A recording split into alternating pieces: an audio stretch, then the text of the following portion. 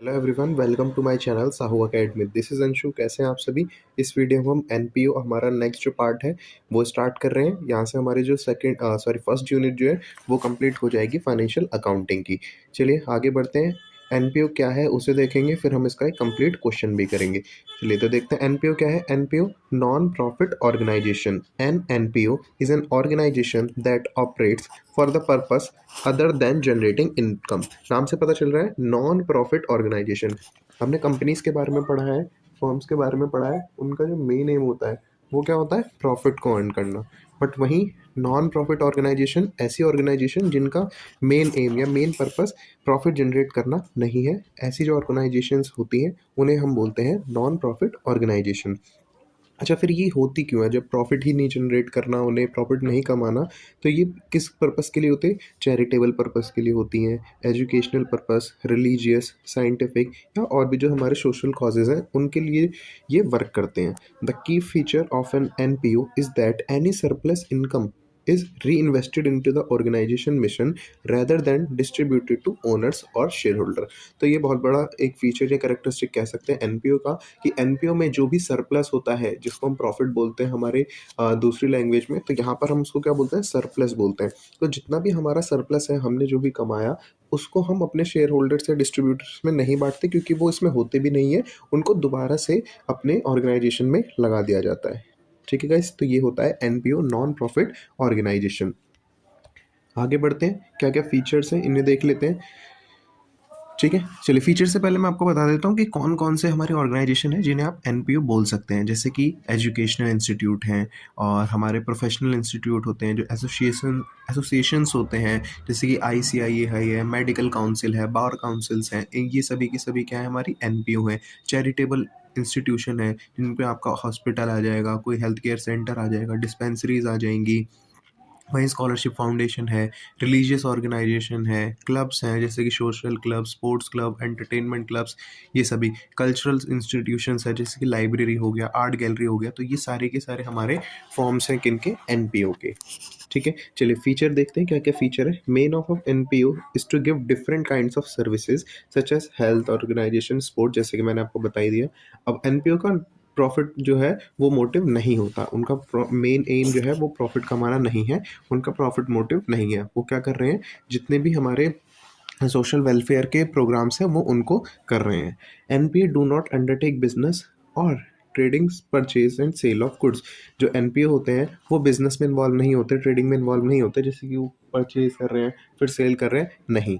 They are mainly cash transaction. वहाँ पर सारी की सारी क्या होती है, मेनली कैश में ही डीलिंग होती है। NPO are organised as charitable trust and subscribers to such organization are called members and not the owners। तो एनपीओ क्या है, जैसे कि चैरिटेबल ट्रस्ट की तरह ऑर्गेनाइज किया गया है उसे। अब उस ट्रस्ट के जितने भी हमारे सब्सक्राइबर होते हैं उनको हम मेंबर बोलते हैं, जो कि उस ऑर्गेनाइजेशन के मेंबर हैं।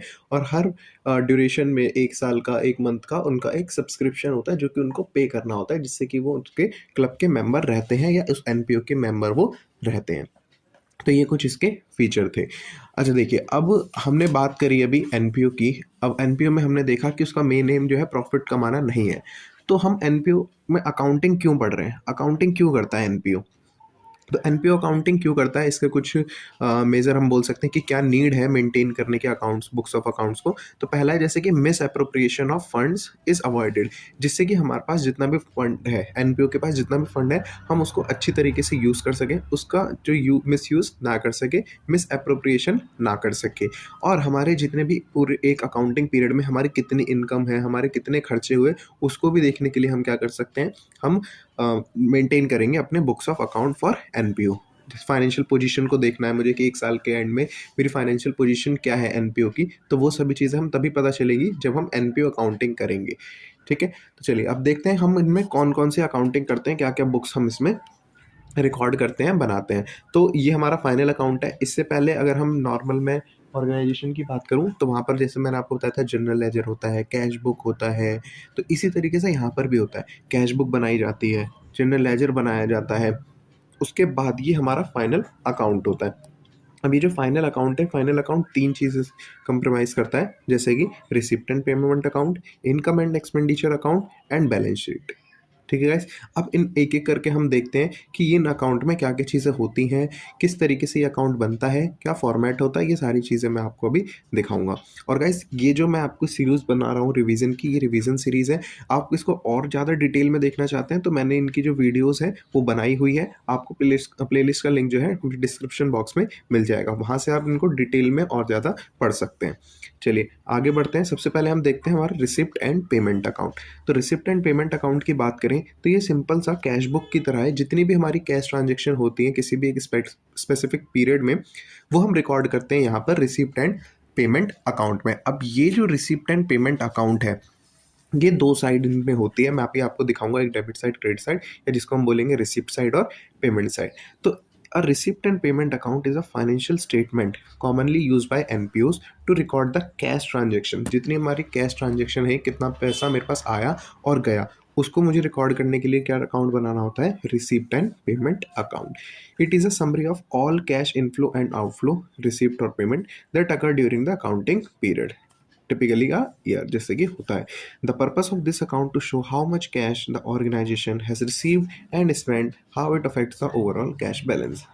सिंपल कैश की बात हो रही है, कितना कैश मेरे पास आ रहा है, कितना कैश मेरे यहाँ से जा रहा है, वो सभी की सभी किस में आएंगे? हमारे रिसिप्ट एंड पेमेंट अकाउंट में आएंगी।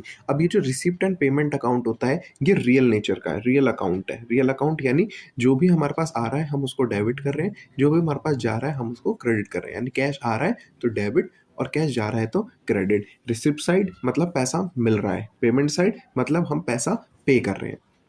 ठीक है, सिंपल कैश बुक की तरह है। कैश बेसिस अकाउंटिंग जैसे हम करते हैं, इसमें हमें और कुछ भी चीज़ों को इंक्लूड नहीं करना, जैसे कि हमारा एरियर हो गया, आउटस्टैंडिंग हो गया, ये सब चीज़ें इसमें इंक्लूड नहीं होती है, और इसमें नॉन कैश आइटम जो है वो नहीं आते हैं। चलिए अब मैं इसका आपको परफॉर्मा दिखा देता हूँ किस तरीके से बनता है। देखिए इस तरीके से ये बनाया हुआ है। देखिए यहाँ पर फॉर द ईयर एंड सबसे ऊपर हमने एनपीओ का नाम लिखा, लेफ्ट हैंड साइड में हमारी रिसिप्ट आ गई, और यहाँ पर हमारी सारी पेमेंट्स आ गई। ठीक है, देखिए बैलेंस बीडी यानी पिछले साल का जो बैलेंस बचा था हमारा वो हम लिखेंगे, कैश कितना बचा था, बैंक का बैलेंस कितना था। देन उसके बाद ये सब्सक्रिप्शन अमाउंट, टोटल हमें सब्सक्रिप्शन इस साल कितना मिला। सब्सक्रिप्शन हमें किससे मिलता है? अपने मेंबर्स से मिलता है। देन उसके बाद हमें डोनेशन कितना मिला, entrance fees, life membership fees, ये सब आगे मैं आपको बताऊंगा। लेगेसीज क्या होते हैं ये सब अभी हम आगे पढ़ेंगे। इसके बाद ग्रांट फ्रॉम सिविक बॉडी, ये हमें मिला। Contribution to annual dinner, contribute किया गया यानी पैसा मिला है। Sale of old newspaper, interest on investment, receive from sport meet या सन्ड्री रिसिप्ट्स जो हमें मिली। ठीक है, ये सभी रिकॉर्ड हो गई। इसके बाद पेमेंट साइड में 10% इन्वेस्टमेंट है, रेंट हमने पे किया, बुक परचेज करी, ऑनरेरियम पे किया, अपकीप ऑफ ग्राउंड, ग्राउंड का हमने देखभाल के लिए जो भी खर्चा किया, सैलरीज पे करी हमने, चैरिटी है, ऑडिट फीस है, फर्नीचर है, बैंक चार्जेस है, ये सब हमने पे किया। देन दोनों साइड का हम टोटल करेंगे, बैलेंस हमारा बचेगा। बैलेंस जो हमारा बचेगा ये हमारा कैश एट बैंक हो जाएगा और कैश एट हैंड हो जाएगा। ठीक है गाइस, जितना भी हमारा बैलेंस बचा। अब ये क्या होगा, नेक्स्ट ईयर फिर यहाँ पर रिसिप्ट साइड में फिर से शो हो जाएगा। अच्छा, यही बैलेंस अगर मेरा अगर यहाँ बच रहा होता है रिसिप्ट साइड में, तो इसको हम बोलते हैं बैंक ओवरड्राफ्ट। तो यहाँ पर हमारा बन जाता है वो बैंक ओवरड्राफ्ट। ठीक है, तो इसको आपको ध्यान रखना है। अगर पेमेंट साइड में बैलेंस बच रहा है तो वो कैश एट बैंक हो जाएगा।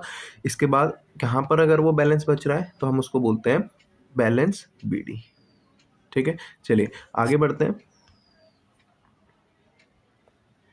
नेक्स्ट हमारा अकाउंट है income and expenditure account. Income and expenditure की अगर हम बात करें तो अभी हमने किसकी बात करी? रिसीप्ट और पेमेंट अकाउंट की। तो यहाँ पर सिंपल सादा सिर्फ अपने कैश बुक को देख रहे हैं कि मेरे पास कितना पैसा आ रहा है, मेरे यहाँ से कितना पैसा जा रहा है।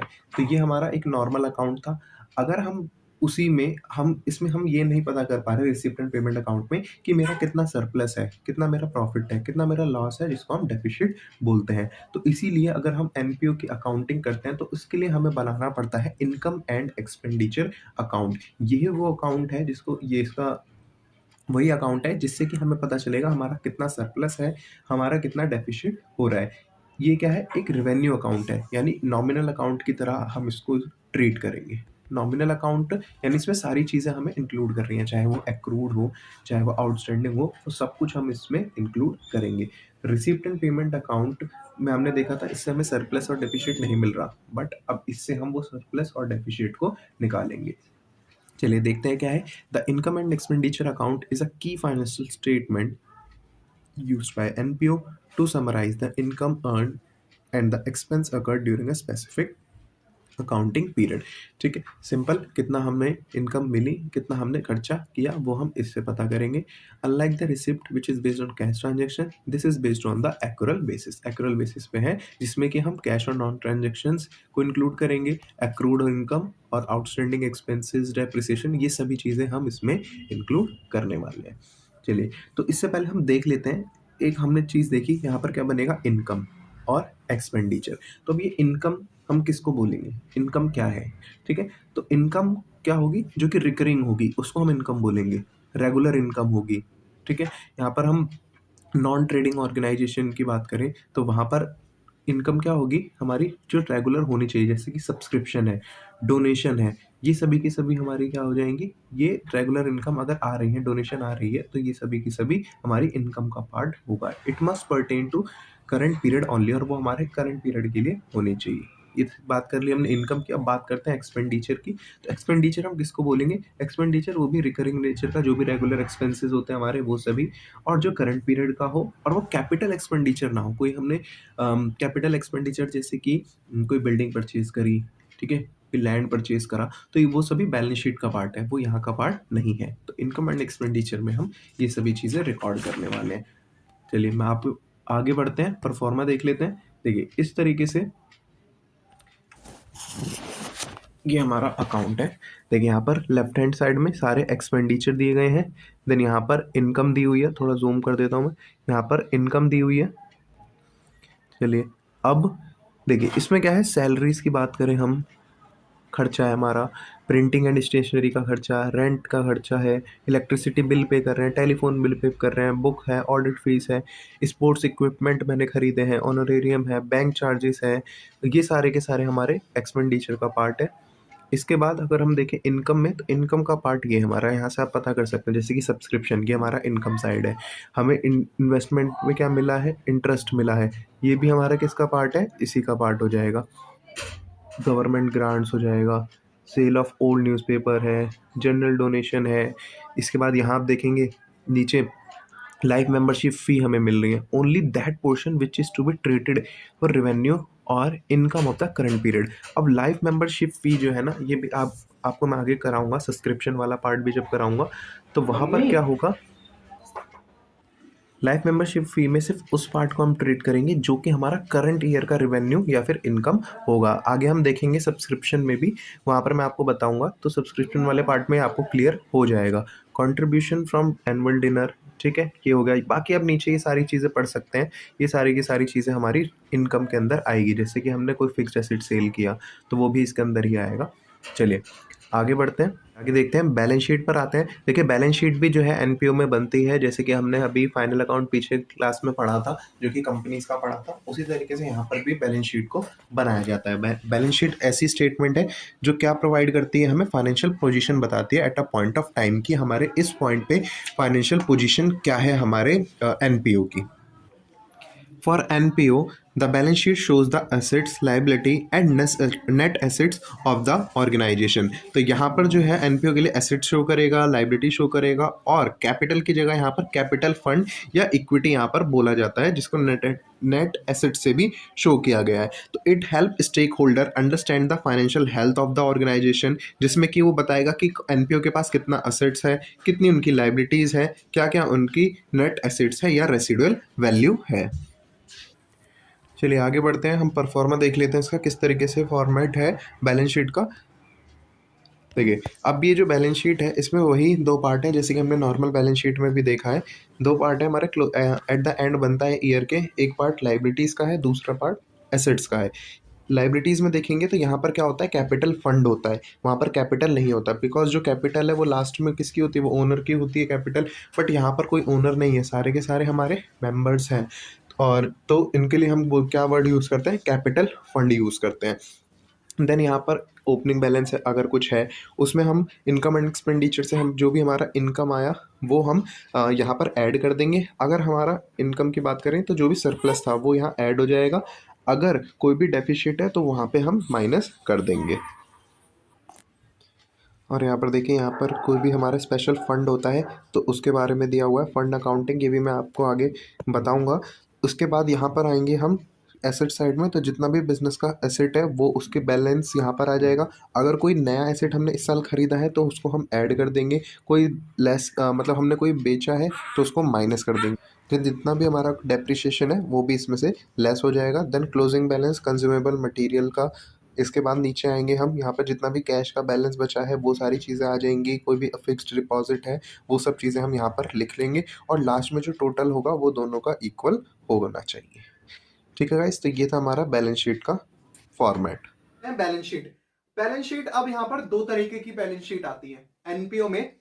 हमारे पास अब दो तरीके की बैलेंस शीट आती है, मैं इसे इरेज कर देता हूं। ये, हाँ, तो एनपीओ में हमारे पास क्या, मैंने बताया दो तरीके की बैलेंस शीट आती है। एक होती है ओपनिंग बैलेंस शीट और एक होती है क्लोजिंग बैलेंस शीट। अब ये ओपनिंग और क्लोजिंग क्या है ये बताइए। ओपनिंग और क्लोजिंग का मतलब क्या है? यहां पर ओपनिंग का मतलब है ईयर के स्टार्टिंग में, ईयर के स्टार्टिंग में ओपनिंग, और ईयर के एंड में क्या होती है? क्लोजिंग। तो दो बैलेंस शीट बनती है यहां पर हमारी मेनली, जो कि एक जो है क्वेश्चन में दी भी होती है, किसी किसी क्वेश्चन में हमें बनानी भी पड़ती है। ठीक है, तो इसे समझते हैं। यह है हमारी ओपनिंग बैलेंस शीट।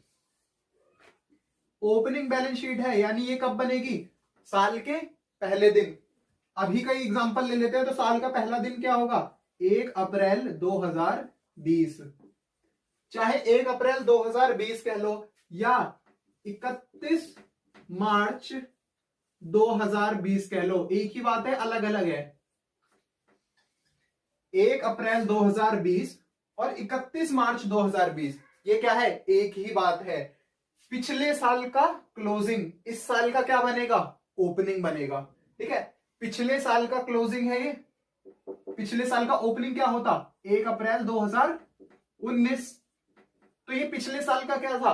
ओपनिंग था, और ये क्या था? क्लोजिंग था। बट अब हम इस साल में आ चुके हैं, नेक्स्ट ईयर में आ चुके हैं, 2020 में आ चुके हैं, तो ये उसका क्या हो जाएगा? पहला दिन ही हो जाएगा। जो प्रीवियस ईयर का क्लोजिंग होता है वही ओपनिंग होता है नेक्स्ट ईयर का, यानी इस साल का क्या बन गया? ये ओपनिंग। तो हम कह सकते हैं चाहे 1 अप्रैल या उससे एक दिन पहले, यानी 31 मार्च 2020, ये एक ही बात है। तो ये ओपनिंग बैलेंस शीट कब बनाते हैं? साल की ओपनिंग में। अब कैपिटल फंड ए का भी हमने पढ़ा, कैपिटल फंड। ये कैपिटल फंड कैसे निकालेंगे? अगर मान लो हमें क्वेश्चन में, बहुत जगह क्वेश्चन में दिया होगा, बहुत जगह क्वेश्चन में नहीं दिया होगा कि ये कैपिटल फंड कितना अमाउंट है या कितनी है, तो कैसे निकालेंगे? तो सबसे पहले समझते हैं। इसके लिए कैपिटल फंड हमेशा कहां से रिलेटेड होती है? ओपनिंग से रिलेटेड होती है, ये आपको ध्यान रखना है। ठीक है, कैपिटल कब लगाते हैं? ओपनिंग में। जब बिजनेस शुरू किया, बिजनेस तो नहीं कह सकते, इसे क्या कहेंगे? ट्रस्ट शुरू किया, मंदिर शुरू किया, तो वहां पे कुछ पैसों के साथ शुरू किया होगा, तो वही क्या होती है? कैपिटल। तो ये किससे रिलेटेड होगी? हमेशा ओपनिंग से रिलेटेड होगी। ओपनिंग से रिलेटेड होगी तो इसके लिए क्या बनाएंगे? ओपनिंग बैलेंस शीट बनाएंगे। ये बन रही, दिख रहा है आपको? Opening balance sheet. Opening balance sheet कैसे बनाते हैं? बैलेंस शीट, इधर लाइबिलिटीज और इधर सारे एसेट्स, इधर लाइबिलिटीज इधर एसेट। अब यहां पर एसेट कौन कौन से? कुछ भी हो सकता है एसेट, जो जो एसेट होते हैं सब डाल दो। Cash, bank, fixed asset, fixed asset कोई से भी fixed asset, land, building, furniture, machinery, और ये रहे इन्वेस्टमेंट। तो जितनी भी एसेट्स हैं, और यहां पर क्या है? लाइबिलिटीज है। जब हम एसेट को, एसेट में से लाइबिलिटीज को क्या कर देंगे? माइनस कर देंगे, तो जो भी हमारे बैलेंसिंग फिगर बचेगी वही हमारा क्या हो जाएगा? कैपिटल फंड हो जाएगा। तो इससे फॉर्मूला एक बन गया। क्या बन गया? कैपिटल फंड क्या है? Assets, total assets minus total liabilities. जितनी भी हमारी एसेट्स हैं उसमें से हम जितने भी हमारी लाइबिलिटीज हैं उसे माइनस कर दें तो हमारा क्या आ जाएगा? कैपिटल फंड आ जाएगा। तो ये याद आपको रखना है कि अगर आपको क्वेश्चन में कैपिटल फंड नहीं दिया है तो आपको पहले कैपिटल फंड निकालना पड़ेगा। अब ये कैपिटल फंड कैसे निकालेंगे? ओपनिंग बैलेंस शीट में से। ओपनिंग बैलेंस शीट बनाई, यहां पर सारे एसेट डाल दिए ओपनिंग के। ठीक है, क्वेश्चन में आपको दिया होगा कि ये जो कैश है वो एट द ओपनिंग है या डेट के साथ दिया होगा, वो आपको समझ आ जाएगा कि ये ओपनिंग का है क्लोजिंग का है। ठीक है, तो कैश, बैंक, फिक्स्ड एसेट जो भी है सब डाले। लाइबिलिटीज में बैंक ओडी है, आउटस्टैंडिंग रेंट है, सैलरी है, कुछ भी है, तो ये सब क्या हो गई, लाइबिलिटीज हो गई। तो इन दोनों का जो डिफरेंस या जो बैलेंसिंग फिगर आएगी वो क्या आएगी, हमेशा कैपिटल फंड। यहां पर कैपिटल फंड लिख देंगे और इस कैपिटल फंड को फिर जब हम क्लोजिंग वाली बनाएंगे, वहां पर डाल देंगे कैपिटल फंड, यहां पर आ जाएगा अमाउंट। अब इसी कैपिटल फंड में क्या कर रहे थे हम, प्लस कर रहे थे सरप्लस। अगर एनपीओ को, उस ट्रस्ट को, आपके मंदिर को अगर प्रॉफिट हो रहा है तो वो हो गया क्या, सरप्लस। सरप्लस इसमें क्या कर देते हैं, ऐड कर देते हैं, जोड़ देते हैं। वहीं अगर उसे लॉस हो गया यानी डेफिशिएट हो गया तो डेफिशिएट क्योंकि क्या करेंगे, वहां से माइनस कर देंगे, फिर जो अमाउंट नेट अमाउंट आएगा उसे लिख देंगे लाइबिलिटीज साइड में। बस यही है बैलेंस शीट, और कुछ नहीं। ठीक है, तो ये आपको समझ आया। कैपिटल फंड क्या होता है, टोटल एसेट्स में से जब हम सारी लाइबिलिटीज माइनस कर देते हैं। मान लो यहां पर हमारा टोटल एसेट्स आए 95,000 रुपीज के, और वहीं हमारी लाइबिलिटी सिर्फ 80,000 रुपीज थी। तो जो डिफरेंस आया कितना, बैलेंसिंग फिगर कितनी आई, 15,000 रुपए की आई। सही किया है, हाँ। फिर उसके बाद ये 15,000 रुपए क्या हो गई, हमारी कैपिटल फंड हो गई। ठीक है, तो यहां से कैपिटल फंड निकाल सकते हैं बड़े आराम से। चलिए अब इसका एक बार परफॉर्मा देख लेते हैं कि हमें कैसा बनाना है। जैसे पर आपको पता भी है, फिर भी मैं एक बार बता देता हूं आपको। जैसे फाइनल अकाउंट में हमने बैलेंस शीट बनाई थी, तो जो डिफरेंस था ना वो बस यही था, कैपिटल फंड का डिफरेंस था। और भी आगे आगे जो जो डिफरेंस आते जाएंगे वो हम करते जाएंगे। तो इसे नोट करना है, नोट कर लीजिए। स्क्रीनशॉट लेना है, स्क्रीनशॉट ले लीजिए। फिर मैं इसे रब करता हूं आगे, फिर मैं हम चलते हैं परफॉर्मा बनाएंगे। इसका कैसा फॉर्मेट होता है, कैसा फॉर्मेट हम बनाएंगे वो देखते हैं। आई होप नोट कर लिया होगा आपने, मैं सब इरेज कर देता हूं।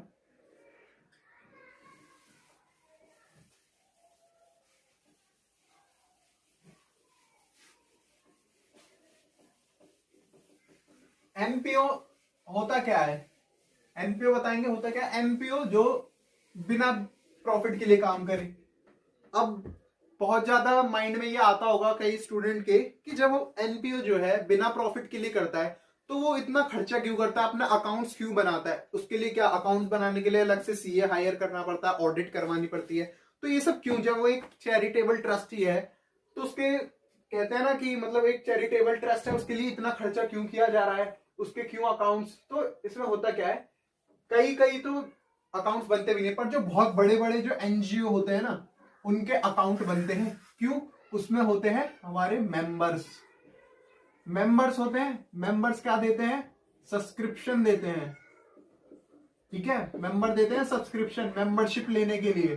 ठीक है, किसके लिए, मेंबरशिप लेने के लिए। तो उन्हें हमें सारा डाटा दिखाने के लिए कि जो एनजीओ है वो कहां पर कितना खर्च कर रहा है, जो हमने उन्हें दिया है। ठीक है, कहां पर खर्च कर रहा है, कहां से और उसके पास आ रहा है। तो ये सब सारी डिटेल कौन मांगता है, ये हमारे मेंबर्स मांगते हैं। जैसे कंपनी में क्या होते थे, शेयर होल्डर। शेयर होल्डर जो हमारे शेयर्स खरीदते थे, उन्हें क्या चाहिए होता था, प्रॉफिट चाहिए होता था। इसलिए वो हमारे अकाउंट्स देखते थे कि क्या फाइनेंशियल पोजीशन है इस बिजनेस की, बैलेंस शीट कैसी है इसकी। ठीक है, तो ऐसे ही यहां पर मेंबर्स के लिए हम बनाते हैं। चलिए देखते हैं कि ये बनाते कैसे अब बैलेंस शीट को। बैलेंस शीट सबको पता है कैसे बनाते हैं, सबसे लास्ट एंड में ही बनती है बैलेंस शीट, हमेशा याद रखनी है। बैलेंस शीट जो है वो हमेशा एंड में ही बनती है। ठीक है, अब सबसे पहले क्या डालते हैं, ऑर्गेनाइजेशन का नाम डालते हैं। ऑर्गेनाइजेशन है एबीसी लिमिटेड, लिमिटेड तो नहीं, एबीसी एक और क्लब, एक क्लब है एबीसी क्लब। ठीक है, स्पोर्ट्स का क्लब है, यहां पर स्पोर्ट्स की क्या कहते हैं चीजें होती हैं या फिर स्पोर्ट्स सिखाया जाता है। यहां पर उसकी बैलेंस शीट बना रहे हैं तो क्या लिखते हैं, बैलेंस शीट एज ऑन 31 मार्च 2021, 21 अभी आया नहीं, 2021 मान लो कि ये लास्ट में हमें बनानी है। ठीक है, कैसे बनाएंगे,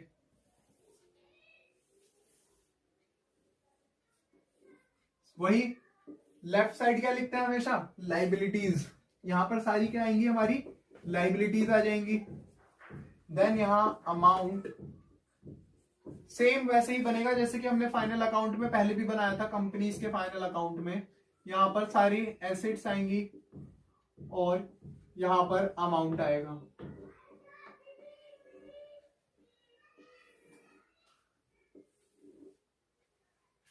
चलिए शुरू करते हैं। तो सबसे पहले जैसे कि मैंने बताया लाइबिलिटीज, लाइबिलिटीज में क्या क्या आती थी चीजें, सारी लाइबिलिटीज, जितनी भी लाइबिलिटी होती है वो सारी लाइबिलिटी आएगी।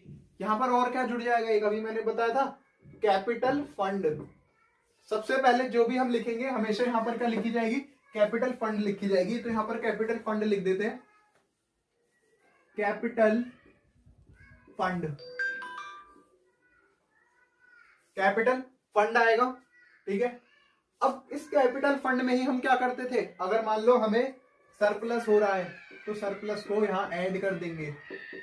अगर डेफिशिएट हो रहा है, दोनों चीजें कभी एक साथ नहीं हो सकती, या तो किसी बिजनेस को लॉस ही हो सकता है या किसी को प्रॉफिट ही हो सकता है, दोनों एक साथ कभी किसी को नहीं हो सकती। ठीक है, अगर सरप्लस है सरप्लस लिख देंगे यहां पर, डेफिशिएट है तो डेफिशिएट को यहां से हटा देंगे यानी माइनस कर देंगे, और जो नेट अमाउंट आएगा वो हम बाहर लिख देंगे यहां पर। ठीक है, तो कैपिटल फंड को हम ऐसे इस तरीके से ट्रीट कर सकते हैं। उसके बाद बात करते हैं, अब मान लो हमें क्या मिला है, सब्सक्रिप्शन मिलता है, या सब्सक्रिप्शन छोड़ो, सब्सक्रिप्शन तो मैंने उसमें बता भी दिया था एक बार, पर यहां पर जो आता है वो आता है, एक आता है फंड। ठीक है, कैपिटल फंड तो हमने पढ़ लिया। ठीक है, अब जैसे कि मैंने बताया ये क्या है, एक एबीसी क्लब है, यहां पर मान लेते हैं एक ही क्रिकेट का क्लब है, यहां पर क्रिकेट सिखाया जाता है बच्चों को। ठीक है, तो अब क्या हुआ, हमने कराया क्रिकेट का मैच, हमारे क्लब ने क्या कराया, क्रिकेट का मैच अपने यहाँ कराया, अपने स्टेडियम में या अपने ग्राउंड में।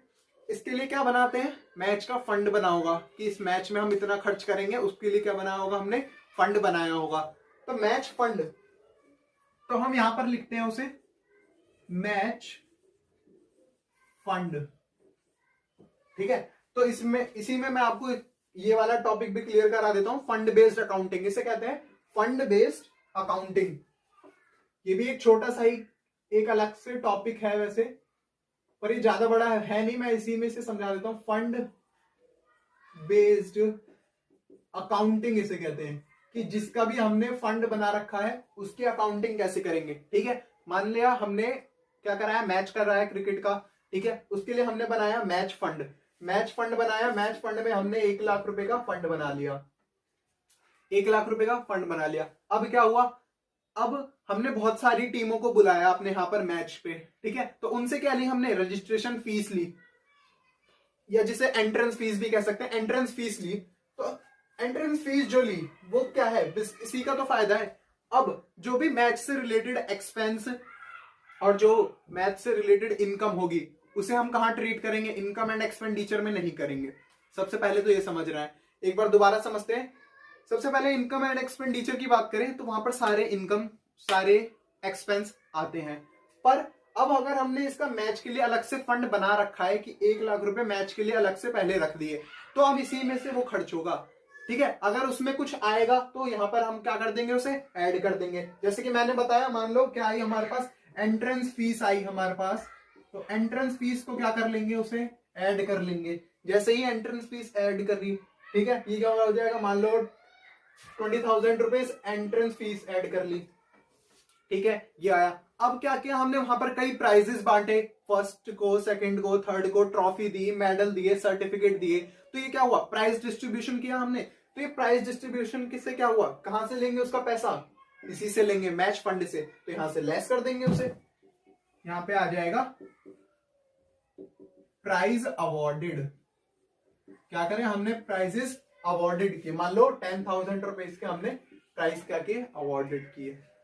ठीक है, बस यही है और कुछ नहीं होता। फंड बेस्ड अकाउंटिंग सिर्फ इतना ही है, जिस चीज के लिए हमने फंड बनाया उसे हमेशा कैपिटल साइड लिखेंगे, लाइबिलिटी साइड।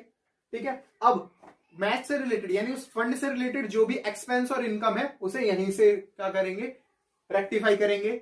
ठीक है, प्लस माइनस जो भी है यहीं से करेंगे, और इनकम एंड एक्सपेंडिचर में उसे नहीं ले जाना है अगर उसका फंड बना है तो। अगर मान लो इसका फंड ही नहीं बना होता, सिंपल दिया होता कि हमारे पास एंट्रेंस फीस आई, तो उसे हम कहां लिख देते, इनकम एंड एक्सपेंडिचर की इनकम साइड में, और दिया होता कि हमने प्राइजेस बांटे, उसका कोई भी फंड ही नहीं बना था, तो वो भी कहां आ जाता, एक्सपेंडिचर में आ जाता। बस यही होता है फंड बेस्ड अकाउंटिंग। ठीक है, जो भी बचा वो अब हम यहाँ लिख देंगे, सिंपल। फिर उसके बाद और लाइबिलिटीज की बात करें तो करंट लाइबिलिटीज आ जाएंगी, जैसे कि मान लो हमारे आउटस्टैंडिंग एक्सपेंसेस हो जाएंगे। अब यहाँ पर आउटस्टैंडिंग एक्सपेंसेस में सैलरी हो सकती है। अब यहाँ सैलरी अगर बात करें तो यहाँ पर कोई एम्प्लॉय तो है नहीं, उनकी सैलरी, ठीक है। तो यहाँ पर मान लो जो है लेबर काम करते हैं, वेजेस पे काम करते हैं, मजदूर लोग काम करते हैं, तो उनको वेजेस देना है, ठीक है। गार्डन है हमारा, वहां पर जो लोग काम करते हैं उनको देना है, ठीक है। तो ये सब क्या है, वेजेस है। मान लो जो हमारा ये क्लब है वो रेंट पे रहता है, ठीक, मतलब रेंट पे है, वो हमारा नहीं है, ठीक है, तो उसका रेंट भी पे करना है। तो ये सब क्या है, आउटस्टैंडिंग क्या हो गई, एक्सपेंसेस हो गई। तो लाइबिलिटी साइड में क्या आ जाएंगे, सारी एक्सपेंस आ जाएंगे। उसके बाद अब एसेट साइड में बात करते हैं कि एसेट हमारे पास क्या क्या हो सकती है। फिक्स्ड एसेट की बात करें तो हमारी एसेट जो बिल्डिंग है, ठीक है, बिल्डिंग क्या हो जाएगी, एसेट हो जाएगी। लैंड हो सकती है, या मान लो वहां पर जो हमारे फर्नीचर है वो सब क्या है, ठीक है। तो यहाँ पर ये लिख देंगे, यहाँ पर ये लिख देंगे। और अगर अब बात करें तो एसेट्स में हमारे पास और क्या हो सकता है, अभी जो हमने ओपनिंग बैलेंस शीट बनाई थी ये वहां के भी एसेट आएंगे इसमें। ये क्या है, हमारी क्लोजिंग बैलेंस शीट है। क्लोजिंग कैसे, ये रहा, डेट से पता चल रहा है कि ये क्लोजिंग बैलेंस शीट है। अब ओपनिंग बैलेंस शीट के भी जो हमारे एसेट्स थे उसमें अगर कुछ हो रहा है तो वो भी हम यहीं पे लिखेंगे, ठीक है। अब आगे देखते हैं, अगर मान लो क्वेश्चन में दिया हुआ है डेप्रिसिएशन लगा फर्नीचर पे, तो डेप्रिसिएशन लगा तो क्या कर देंगे, यहां से माइनस कर देंगे डेप्रिसिएशन को, ठीक है। बस माइनस करके उसका टोटल अमाउंट आ जाएगा, और कुछ नहीं है। बस एसेट में जैसे पहले करते थे वही सेम चीजें। एसेट में हमारे पास cash in hand, cash at bank, हाथ में पैसा यानी हमारे ऑफिस में पैसा, या फिर बैंक में पैसा, ठीक है, ये होते हैं हमारे। मान लो हमने इंश्योरेंस करा रखा है तो ये क्या है, हमारा एसेट है। हमने कहीं इन्वेस्टमेंट करा रखी है, अब ये इंश्योरेंस किसका होगा, उसके मेंबर्स का नहीं होगा, ये किसका, क्लब का इंश्योरेंस करवा रखा है, तब ये आएगा एसेट में, ठीक है। अगर उसके मेंबर का कराता तो वो जाता है एक्सपेंस में, ठीक है। और बात करें, अब यहाँ पर सारी इन्वेस्टमेंट्स भी आएंगी। अब जहां जहां हमने जो जो इन्वेस्ट किया है वो सब यहाँ पर लिख देंगे, ठीक है। अब मान लो हमें दिया हुआ है एक्रूड इंटरेस्ट भी, मान लो हमें कोई इंटरेस्ट मिलना था, वो हमें पहले ही, वो अभी तक हमें मिला नहीं है, बट उसके लिए क्या कर दिया हमने, काम कर दिया, तो उसे क्या कहते हैं हम, एक्रूड इंटरेस्ट, वो भी लिख देंगे। अब इन्वेस्टमेंट क्या है, कोई सी भी हो सकती है। मान लो ये मैच वाली जो इन्वेस्टमेंट थी, मैच इन्वेस्टमेंट, कुछ भी इन्वेस्टमेंट जब हमने करी होगी, एक होती है हमारी म्यूचुअल इन्वेस्टमेंट, कहीं हमने शेयर्स खरीद रखे हैं किसी दूसरी कंपनी में, ठीक है। तो ये सारी जितने भी इन्वेस्टमेंट है, तो ये है हमारा बैलेंस शीट। तो आज का टॉपिक यही था, बैलेंस शीट जो हमने पढ़ा पूरा, स्टार्टिंग से मैंने आपको सब कुछ चीजें क्लियर कराई। आई होप आपको समझ भी आई होंगी। एक बार फिर से बता देता हूं। अब इसे क्लोज कैसे करना है ये देखते हैं। क्लोज भी वैसे ही करना है जैसे हम सारे पहले ही क्लोज करते थे, यहां का टोटल करेंगे और यहां का टोटल करेंगे, ठीक है। जब बैलेंस शीट में हमेशा याद रखना है कि बैलेंस शीट में जब भी क्लोजिंग वाली बैलेंस शीट हम बनाते हैं, क्लोजिंग वाली ना, याद रखना क्लोजिंग एक वर्ड से ही यहां पर दिक्कत हो जाती है। क्लोजिंग वाली जब बनाते हैं ना, तब जो बैलेंस शीट की दोनों साइड है वो क्या होनी चाहिए, हमेशा बराबर होनी चाहिए। मान लो इधर अगर 70,000 आ रहा है ना, तो इधर भी 70,000 आना चाहिए। तो आज हम करने वाले हैं अमाउंट ऑफ सब्सक्रिप्शन। अब ये सब्सक्रिप्शन क्या है, पहले तो यही समझते हैं। ये सब्सक्रिप्शन है क्या, हम एनपीओ पढ़ रहे थे। एनपीओ मैंने क्या बताया था, ये क्या है, एक ऐसी ऑर्गेनाइजेशन जो एक बिना प्रॉफिट के लिए काम करती है। अब ये बिना प्रॉफिट के लिए काम कर रही है, तो इसको कुछ तो अमाउंट चाहिए जिससे वो अपने ऑपरेशंस को कर पाए, अपने जो भी एक्सपेंस है उसे मीटअप कर पाए। तो ये सब्सक्रिप्शन वही है। सब्सक्रिप्शन की मैंने यहाँ डेफिनेशन लिखी है, पहले से यहाँ देखेंगे कि सब्सक्रिप्शन होता क्या है। सब्सक्रिप्शन क्या है, it is the amount paid by the members periodically so that their membership remains alive. It is the source of income of NPO. तो इससे क्या समझ आया, it is the amount paid by the members. हमारे एक क्या है, मैंने प्रीवियस वीडियो में जैसे एग्जांपल दिया था, हमारा क्या है, हमने एक टेंपल बनाया, आपकी सोसाइटी का एक टेंपल है जिसमें क्या है, आपकी सोसाइटीज में क्या है, बहुत सारी फैमिली रह रही है, मेंबर्स रह रहे हैं, तो वो उसके मेंबर हैं। अब वो क्या करते हैं, कुछ अमाउंट पीरियोडिकली, या तो वो मंथली हो सकता है, 6 मंथली या फिर ईयरली, कोई अमाउंट आप देते होंगे उस ट्रस्ट को यानी उस मंदिर को या टेम्पल को। तो वो जो अमाउंट आया मेंबर्स ने, किसने दिया, वो मेंबर्स ने। अब मेंबर्स ने वो अमाउंट किसमें दिया, एनपीओ में। मंदिर क्या है, वो एनपीओ है एक, ठीक है। अब इसमें जो अमाउंट आया इसी को हम कहते हैं सब्सक्रिप्शन। तो ये क्या है, ये इसी को कहते हैं हम सब्सक्रिप्शन। तो ये एनपीओ के लिए क्या है, एक तरीके से प्रॉफिट कह सकते हैं, पर प्रॉफिट तो नहीं बोलेंगे, ये एनपीओ का क्या है, इनकम है। तो ये इनकम होती है सब्सक्रिप्शन। तो it is the amount paid by the members. Members पे करते हैं, इन्हें पीरियोडिकली पे करते हैं कुछ इंटरवल्स पे, टाइम इंटरवल में, so that their membership remains alive, जिनसे उनकी मेंबरशिप भी बनी रहती है।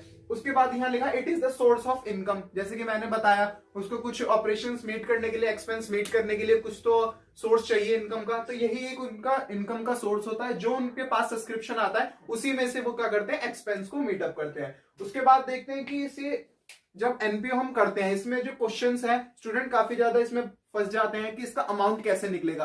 क्वेश्चंस में कई दिया होता है कि आउटस्टैंडिंग है पिछले साल का, इस साल हमें एडवांस मिला है, अगले साल के लिए एडवांस मिला है। इसमें 3 चीजें होती है, एक होता है पिछले साल का यानी प्रीवियस ईयर, और एक होता है इस साल का यानी करंट ईयर, और एक होता है हमें आगे यानी फ्यूचर ईयर के लिए दिया हो। तो उसे हम कैसे डील करेंगे वही आप देखने वाले हैं। इसमें मैं आपको 2 क्वेश्चन भी कराऊंगा, एक थोड़ा पहले इजी कंसेप्ट समझते हैं, फिर इसके बाद एक थोड़ा एडवांस लेवल का भी करेंगे कि उसमें आपको कैसे करना है। तो सबसे पहले देखते हैं, क्वेश्चन लिखा है मैंने यहां पर, ये सब्सक्रिप्शन जैसे कि मैंने रिसिप्ट एंड पेमेंट अकाउंट में भी पढ़ाया था आपको। अगर आपने प्रीवियस वीडियोस नहीं देखी है तो आप प्रीवियस वीडियोस भी देख लीजिएगा, चैनल पर आपको प्लेलिस्ट मिल जाएगी फाइनेंशियल अकाउंटिंग के नाम से।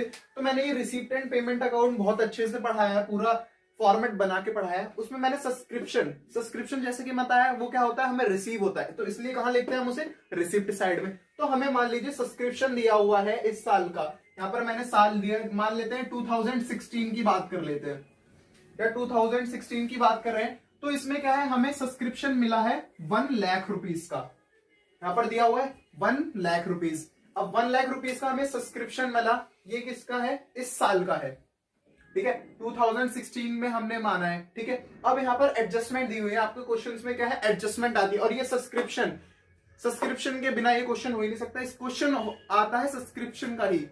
सब्सक्रिप्शन बहुत ही ज्यादा मेन है, और एक आध टॉपिक और है वो आगे हम कवर करेंगे। तो सब्सक्रिप्शन अब आपको दिया एडजस्टमेंट में, सबसे पहले एडजस्टमेंट पढ़ते हैं क्या दिए, सब्सक्रिप्शन आउटस्टैंडिंग।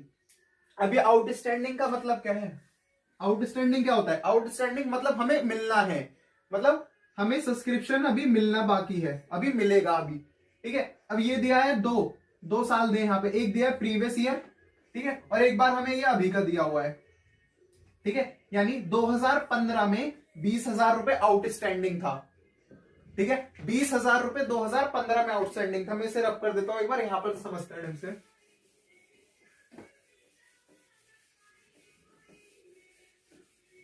20,000 रुपीज हमें सब्सक्रिप्शन मिला, कितना सब्सक्रिप्शन हमें मिला रुपीज 1 लाख, 1 लाख रुपीज का सब्सक्रिप्शन मिला। अब यहां पर दिया क्या है, सब्सक्रिप्शन आउटस्टैंडिंग पिछले साल, यानी पिछले साल आउटस्टैंडिंग था।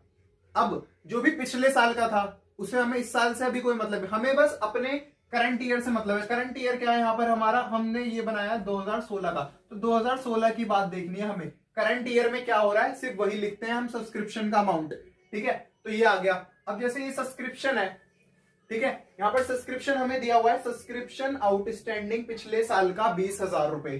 तो ये 20,000 रुपए क्या है, पिछले साल का है ना, तो यानी इस साल से हमें कोई मतलब नहीं है, तो इसे क्या कर देंगे, यहां से लेस कर देंगे, लेस कर देते हैं। कितना है, 20,000 रुपीज है, ठीक है, इसे लेस कर दिया। उसके बाद देखते हैं सब्सक्रिप्शन आउटस्टैंडिंग 40,000, ये कहां का है, 2016 का, ये एक बार चेक कर लेता हूं, 2016 ही होना चाहिए,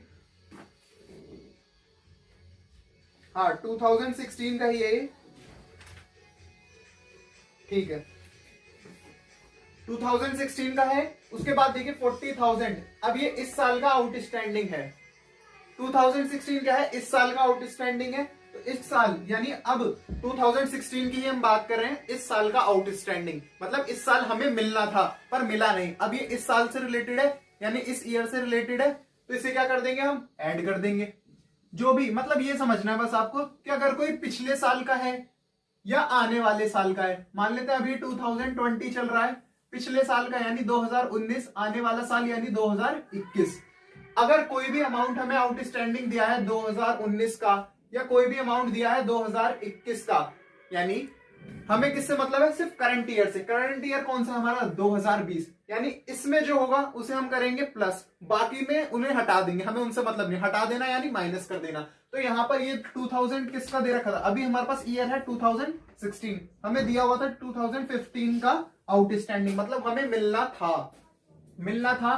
तो यहां से क्या कर देंगे, हम इसे लेस कर देंगे 2015 का, ठीक है। अब यहां पर दिया हुआ है 40,000 आउटस्टैंडिंग है इस साल का, अभी इस साल का है ना, तो इस साल का है तो क्या कर देंगे, प्लस कर देंगे, कितना है 40,000 रुपीज, ठीक है, 40,000 रुपीज हो गए। उसके बाद आगे बढ़ते हैं, सब्सक्रिप्शन रिसीव्ड इन एडवांस। अब हमें एडवांस में सब्सक्रिप्शन मिल गया 2015 में, कितना मिला 30,000। अब एक ऐसे समझते हैं 2015 में मुझे एडवांस मिला, किसके लिए मिला होगा, वो 2016 के लिए मिला होगा, तो ये 2016 की बात आ गई, यानी ये क्या है, इस साल का है, ठीक है। एक बार दोबारा समझते हैं, अब 2015 में 2015 में हमें एडवांस मिला, एडवांस कब का मिला, 2016 के लिए मिला होगा। एडवांस किसके लिए मिलता है, पिछले साल के लिए एडवांस नहीं मिलता, आने वाले साल के लिए एडवांस मिलता है, फ्यूचर के लिए, ठीक है। तो फ्यूचर ईयर कौन सा है इसका, 2016। अब हम बात किसकी कर रहे हैं, 2016 की ही, तो ये इस साल का हो गया ना, तो क्या करेंगे, इसमें प्लस करेंगे माइनस करेंगे, इसमें क्या कर देंगे, ऐड कर देंगे, यानी जो भी हमारे करंट पीरियड की बात होगी तो उसे ऐड कर देंगे, कितना ऐड कर देंगे, 30,000 रुपीज, 30,000 ऐड कर देंगे। अब इसके बाद देखते हैं, सब्सक्रिप्शन रिसीव्ड इन एडवांस 20,000 2016, यानी 2016 में हमें 20,000 रुपए एडवांस मिले, ठीक है। यहां पर हमारे 3 ईयर है, ऐसे समझते हैं, एक है 15, एक है 16। करंट ईयर कौन सा है हमारा, ये वाला 16 वाला। अभी कैसे पता चला ये करंट ईयर है, क्योंकि रिसिप्ट एंड पेमेंट अकाउंट कौन से ईयर का दिया है हमें, 2016 का दिया है, तो यानी 2016 हमारा करंट है, ये हमारा प्रीवियस है, यानी पिछला साल है, ठीक है। तो इसके आने वाले साल जितने भी होंगे वो क्या होगा, एडवांस होगा। 2017, 2018 ये सब क्या होंगे, हमारे एडवांस होंगे, ठीक है। अब जैसे कि अभी दिया था कि 30,000 रुपए हमें मिले 2015 में, 2015 ये रहा, इसमें हमें एडवांस पैसा मिल गया, सब्सक्रिप्शन एडवांस में मिल गया, किसके लिए मिला, 2017 के लिए ही मिला, तो ये क्या हो गया, 2016 के लिए मिला, ठीक है। तो 2016 क्या हमारा करंट है, तो उसमें हम क्या कर देंगे, उसे ऐड कर देंगे, तो हमने ऐड कर दिया था। अब यहां पर इसका उल्टा हो रहा है, कैसे उल्टा हो रहा है, अब हमें 2016 में एडवांस मिल रहा है, 2016 यानी करंट ईयर, ठीक है, 2016 में एडवांस मिल रहा है। एडवांस किसके लिए मिलेगा, अगले साल के लिए मिलेगा, मान लो 2017 के लिए मिल रहा है, तो ये हमारा 2017 क्या है, फ्यूचर पीरियड है ना, हमें किससे मतलब है, करंट पीरियड से। करंट पीरियड क्या है, 2016, तो इसमें क्या करेंगे, ऐड करेंगे माइनस करेंगे, इसे यहां से माइनस कर देंगे, क्योंकि ये 2017 का दिया हुआ है, तो माइनस कर देंगे, कितना अमाउंट है, 20,000 रुपीज। बस यही है सब्सक्रिप्शन, अब कुछ नहीं है। अब इसे सॉल्व कर देंगे, ठीक है, 1 लाख और ये कितना हो गया, 150, हाँ 150 है ना, ठीक है। 150 में से 40 माइनस कर देंगे, कितना आएगा, 1,10,000। सही आ रहा है ये, ठीक है, सॉरी 170 है ये 170 में से 40 माइनस कर रहे हैं, तो ये कितना हो जाएगा, 130 हो जाएगा। अब ठीक है, सही है। तो ये 130 कितना हो गया, ये हमारा करंट ईयर का हो गया, ठीक है। सब्सक्रिप्शन हम जब भी निकालते हैं तो करंट ईयर का सब्सक्रिप्शन निकालना है, यानी इस साल हमें इतना मिला, ठीक है। अब ये सब्सक्रिप्शन हम कहां लिखते हैं, ये क्या है हमारा, जैसे मैंने बताया इनकम का सोर्स है, तो अब हम जब इसे इनकम एंड एक्सपेंडिचर बनाएंगे तो इसे कहां दिखाएंगे, इनकम साइड में दिखाएंगे, इनकम साइड में दिखा देंगे बाय या टू सब्सक्रिप्शन, कितना कितना मिला, 130 आ गया। बस यही है सब्सक्रिप्शन, और कुछ नहीं है। तो इसे नोट कर लीजिए एक बार, ये स्क्रीनशॉट लेना है, स्क्रीनशॉट ले लीजिए। मैं एक बार दोबारा फिर से समझा देता हूं, इसके बाद एक क्वेश्चन और करेंगे, उसमें थोड़ा एडवांस लेवल का भी देखेंगे, वैसा ही क्वेश्चन आएगा। तो सबसे पहले हमने देखा कि हमें मिला कितना, 1 लाख रुपीज मिले टोटल। हमें 1 लाख में इसमें पिछले साल का भी है, इस साल का भी है और अगले साल के लिए भी है, ठीक है, पर हमें किससे मतलब है, सिर्फ इस साल से मतलब है हमें कि इस साल हमें कितना मिलना था, इस ईयर हमें कितना मिलना था। ठीक है, वो कैसे निकालते हैं, सब्सक्रिप्शन कितना मिला, 1 लाख रुपीज मिला, ठीक है लिख दिया। ठीक है, फिर दिया हुआ है आउटस्टैंडिंग था पिछले साल का 20,000 रुपए, पिछले साल हमें 20,000 रुपए मिलने थे, नहीं मिले। ठीक है, तो इस साल से कुछ मतलब है नहीं ना, तो यहां से माइनस कर देंगे। ठीक है, अगली साल 40,000 रुपए इस साल एडवांस मतलब आउटस्टैंडिंग था, अब ये इस साल से रिलेटेड तो है, 2016 लिखा हुआ है। ठीक है, क्या कर देंगे, ऐड कर देंगे उसे। उसके बाद एडवांस रिसीव हुआ 30,000 रुपए 2015 में, यानी पिछले साल एडवांस रिसीव हुआ, पिछले साल एडवांस हमें मिला, तो यानी इस साल के लिए मिला ना, तो इस साल से रिलेटेड हो गया वो, तो उसे ऐड कर देंगे। ऐड कर दिया 30,000। फिर पिछले इस साल हमें एडवांस मिला, इस साल एडवांस मिला, यानी किसके लिए मिला होगा वो, अगली साल के लिए, यानी 2016 में हमें एडवांस मिला, 2016 में एडवांस मिला कितने के लिए, 2017 के लिए। तो अब ये 2017 का हो गया ना, हमें किससे मतलब है, 2016 से, तो यहां से क्या कर देंगे, उसे हटा देंगे, यानी माइनस कर देंगे। सॉल्व करेंगे, आगे हमारा 130, यही है हमारा सब्सक्रिप्शन का अमाउंट। इसे हम लिख देंगे इनकम एंड एक्सपेंडिचर अकाउंट में, इनकम साइड में, टू सब्सक्रिप्शन 130, यानी इस साल हमें इतना, ठीक है, ये इतना आना है 130, ये हमारा सब्सक्रिप्शन का अमाउंट है। चलिए एक दूसरा क्वेश्चन देखते हैं।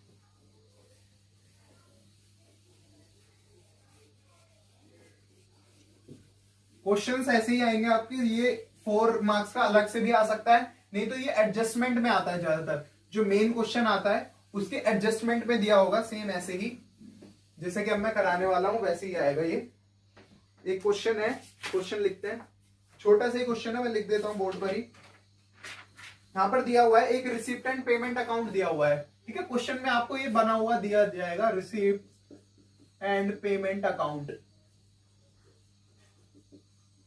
ये आपको दिया हुआ है। यहां पर रिसिप्ट्स, यहां अमाउंट, यहां पेमेंट, यहां पर भी अमाउंट।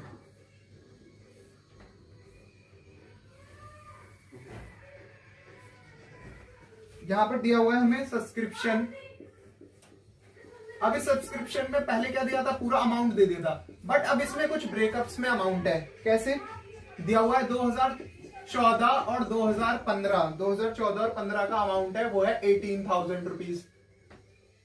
उसके बाद 2015-16 का अमाउंट है 1 लाख रुपए, 1 लाख रुपीज। उसके बाद 2016 और 17 का जो अमाउंट है वो हमें दिया है 25,000 रुपीज। ठीक है, ये हमें दिया हुआ है। अब और ये जो रिसिप्ट एंड पेमेंट दिया, ये हमें दिया है 31 मार्च 2016।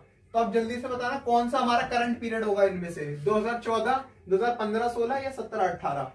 अकाउंट जब बनाते हैं हम एंड में बनाते हैं। ठीक है, तो 31 मार्च 2016 दिया हुआ है, तो इसका पहला साल क्या होगा, 1 अप्रैल 2015। ठीक है, तो यानी कौन सा ईयर हो गया, 15-16। तो ये हमारा क्या है, करंट है, ये करंट है, ये प्रीवियस है, और ये एडवांस वाला है, यानी फ्यूचर पीरियड है। ठीक है, ये हमें दिया हुआ है, और साथ ही साथ यहाँ पर एडजस्टमेंट भी दी हुई है। एडजस्टमेंट्स क्या दी हुई है, ये देखते हैं। सबसे पहली एडजस्टमेंट दी हुई है कि सब्सक्रिप्शन आउटस्टैंडिंग है 2015 का, आउटस्टैंडिंग सब्सक्रिप्शन, आउटस्टैंडिंग सब्सक्रिप्शन दिया हुआ है हमें 31 मार्च 2015 का। कितना दिया है, 20,000 रुपए दिया है, 20,000 रुपीज। ऐसे ही एक दो एंट्रीज और हैं, एक है आउटस्टैंडिंग सब्सक्रिप्शन हमें दिया हुआ है, ये दिया हुआ है, बट हमें 31 मार्च 2016 का, 31 मार्च 2016 का कितना, 30,000 रुपए, 30,000 रुपीज। अब एक लास्ट है, अब हमें यहां पर क्या हो रहा है, सब्सक्रिप्शन रिसीव्ड इन एडवांस। अब यहां पर हमें एडवांस में मिल रहा है, कब मिल रहा है, अब ये देखते हैं कि एडवांस में हमें कब मिल रहा है। 31 मार्च 2015 को, 31 मार्च 2015 को कितना रुपए मिल रहा है, ये देखेंगे, ये मिल रहा है 20,000 रुपीज। ठीक है, ये क्वेश्चन है, ये थोड़ा एडवांस लेवल का क्वेश्चन है, पिछले वाले से थोड़ा सा एडवांस है। कैसे एडवांस है, पर मैंने आपको कॉन्सेप्ट बता दिया, तो आप कर लेंगे अभी से। ठीक है, अब हमें क्या दिया है, सब्सक्रिप्शन दिया हुआ है 18,000, 1 लाख और 25,000।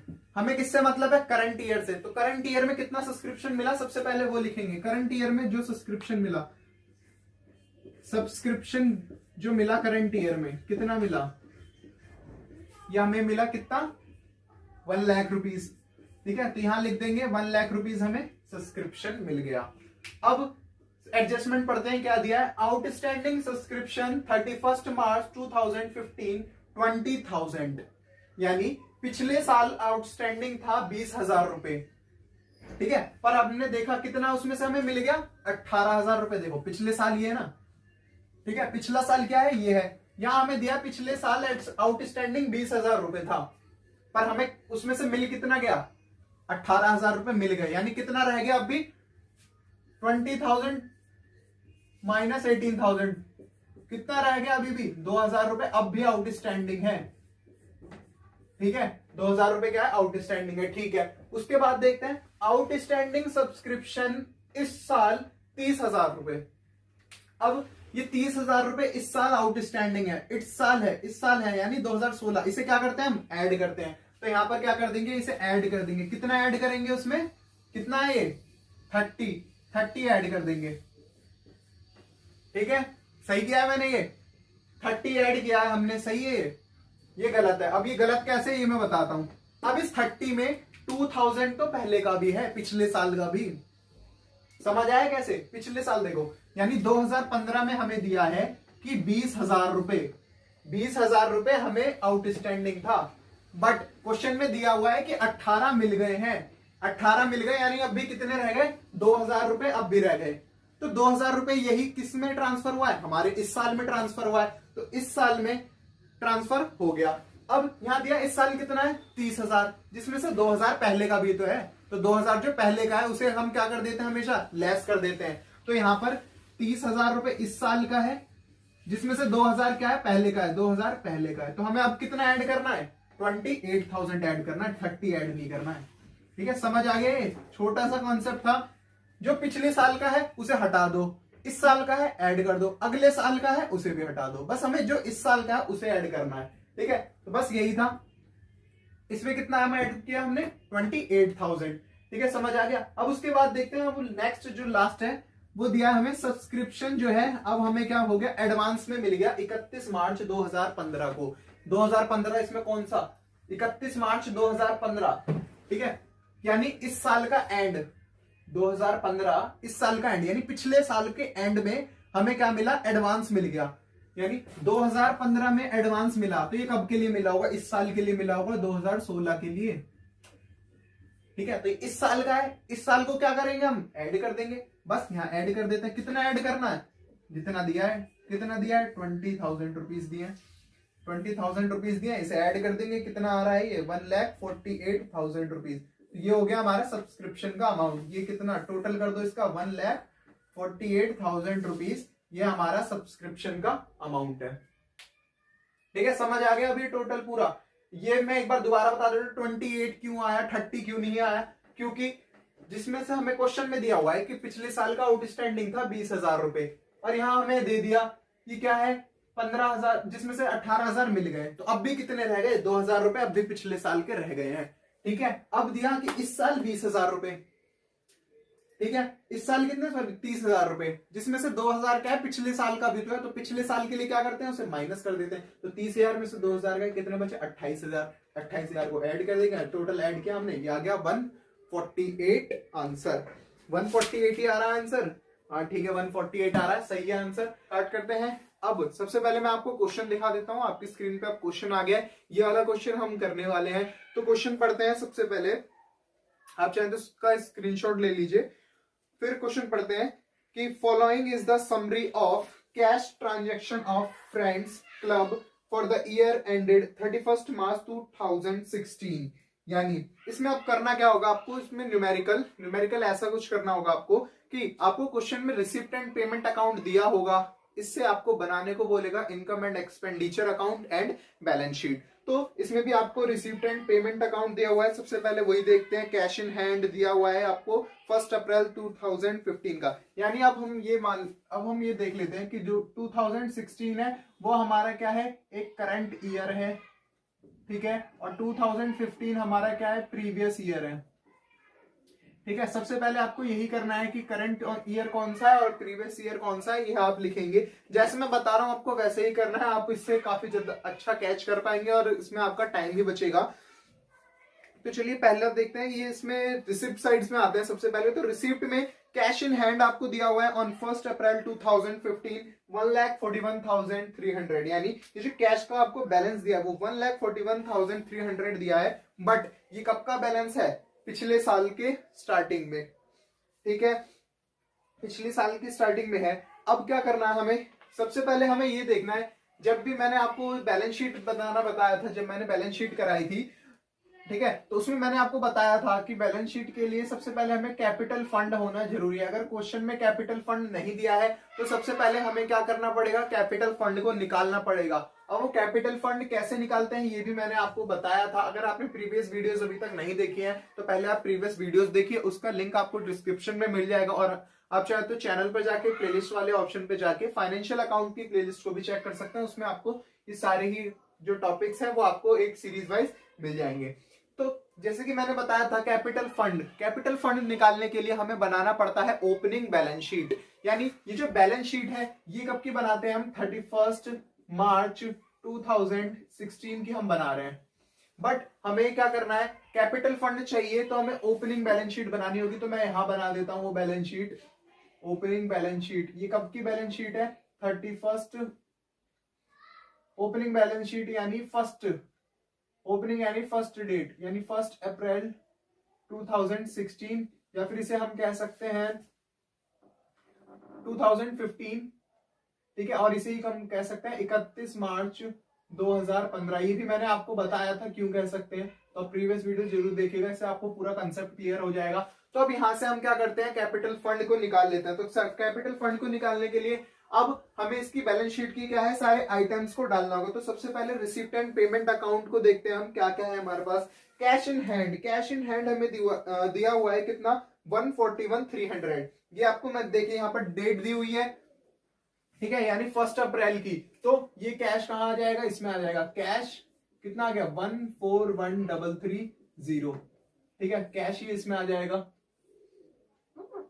ठीक है, फिर आगे बढ़ते हैं। एंट्रेंस फीस दी है आपको, ये तो रिसिप्ट में जाएगी, ये इनकम में जाएगी। ठीक है, इनकम एंड एक्सपेंडिचर में। ठीक है, ऐसी सब्सक्रिप्शन भी इनकम हो गई, डोनेशन भी इनकम हो गई, इंटरेस्ट एंड सरप्लस ये सब तो इनकम में जाएगी। ठीक है, फिर पेमेंट में आते हैं। पेमेंट में क्या क्या है, रेंट एंड टैक्सेस, ये क्या है, एक्सपेंडिचर है। सैलरीज भी एक्सपेंडिचर है, इलेक्ट्रिसिटी चार्जेस भी एक्सपेंडिचर है, जर्नल एक्सपेंसेस भी एक्सपेंडिचर है। देन बुक्स यहाँ पर क्या है, हमारे एसेट्स आएंगे, क्योंकि यहाँ पर देखिए जो एनपीओ है, जो ये एनजीओ है वो है फ्रेंड क्लब्स। तो ठीक है, ये एक बुक का क्या है, एक एनजीओ है फ्रेंड्स क्लब। ठीक है, तो बुक्स हमेशा हमारी एसेट्स होती है। ठीक है, तो बुक्स को हमेशा क्या करना है, हमें एसेट मानना है, तो बुक क्या हो जाएंगी, एसेट हो जाएंगी। ठीक है, अब ऑफिस एक्सपेंसेस, अभी कौन सा एसेट है हमें ये नहीं पता है कि ओपनिंग का है क्लोजिंग का, ये आगे एडजस्टमेंट में अगर आपको मिलेगा तभी आपको करना है। फिर है ऑफिस एक्सपेंसेस, इन्वेस्टमेंट, ये भी किस में जाएगा, एसेट में। और लास्ट में आपको दिया हुआ है कैश और बैंक का बैलेंस, यानी ये बैलेंस कब का है, ये आपका एंड का बैलेंस है। ठीक है, ये आपका हमेशा एंड का बैलेंस है, क्योंकि क्लोजिंग का बैलेंस तो आपको पहले ही कैश का दे दिया है।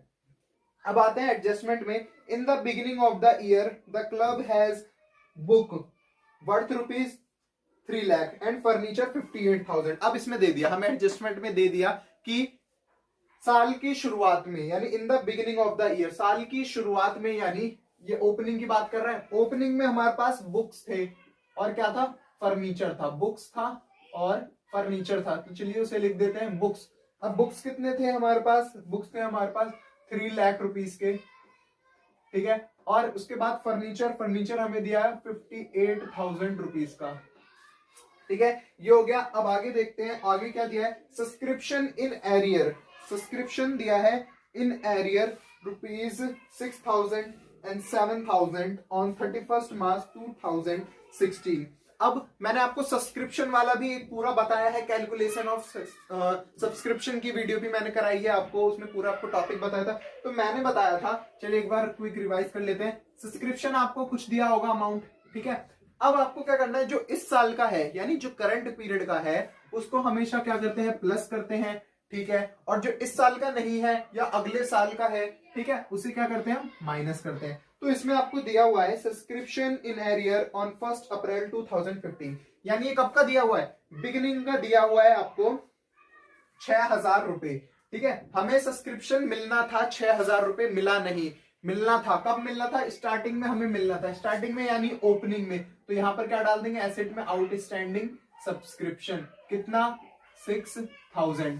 ठीक है, और आगे दिया हुआ है 7,000 ऑन 31 मार्च 2016, यानी ये एंड का दिया हुआ है, पर अभी हम क्या कर रहे हैं, ओपनिंग कर रहे हैं, तो ओपनिंग पे ही चलते हैं। अभी हमने ओपनिंग बना लिया, ठीक है, और वो ओपनिंग हमने क्यों बनाया, कैपिटल फंड निकालने के लिए। जब तक कैपिटल फंड नहीं आएगा क्वेश्चन की शुरुआत हम करेंगे नहीं। अभी ये मानना है हमें कि हमने क्वेश्चन अभी तक शुरू करा ही नहीं है, अभी हम क्वेश्चन को ही पूरा कर रहे हैं, ठीक है, आंसर अभी शुरू नहीं किया हमने।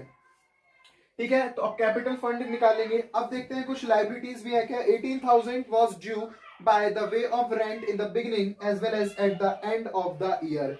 अब क्या हुआ यहां पर, 18,000 रुपीज, ध्यान से समझना, ये 18,000 रुपीज जो रेंट था वो बिगिनिंग में भी एरियर था, आउटस्टैंडिंग था, और एंड में भी। तो इसे भी हमें ऐसे ही करना है जैसे ये सब्सक्रिप्शन था।